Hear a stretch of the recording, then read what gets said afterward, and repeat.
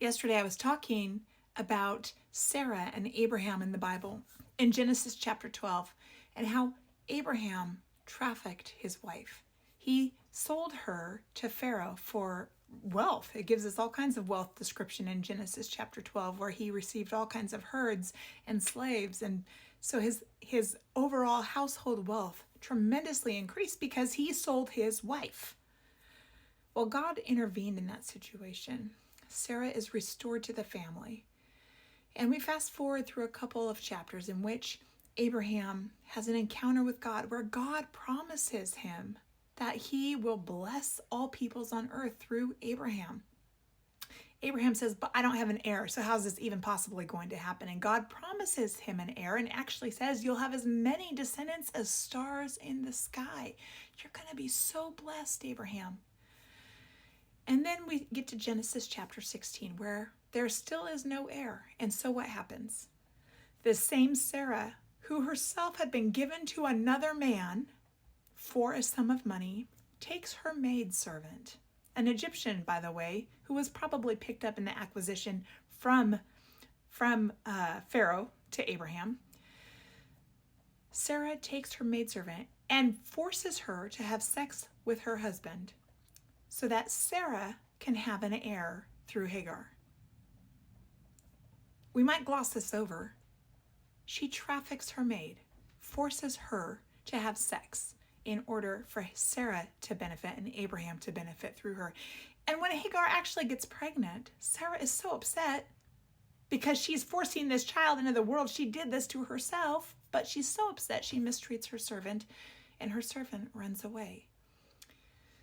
So there's my whole anger issue here with Sarah. I'm just going to put that out there. She has had wrong done to her. She is a victim because of what happened to her, and yet she turns around and perpetuates misdoing to another person.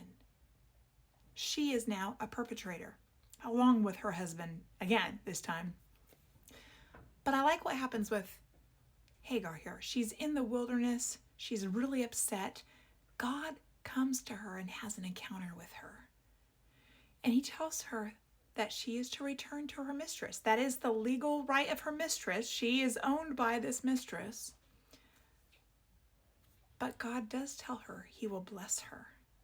She doesn't know what the outcome is going to be. She knows that God sees her, and thus she names him El Roi, the God who sees me. She is the only woman to name God in the Bible. The God who sees me in all of my brokenness, in my circumstances, when the world is mistreating me, when my own community refuses to take a stand for me and recognize that what is being done to me is wrong. When nobody says anything about the secrets that happen in the dark and produce things like this. When no one sees and when no one seems to care. El Roi, the God who sees me. God will intervene on her behalf. She doesn't know how, she doesn't know when, but she is not unseen. Our job in this day and age is to help people not be unseen, to have our eyes so wide open to the issues around us, to the brokenness in the world, that we can intervene, that we can speak up, that we can take action.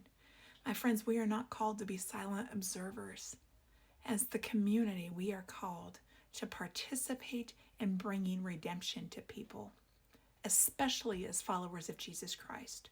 We are called to help in this work, to help them find healing in Jesus Christ. May it be so. May you find opportunity in your life to do this.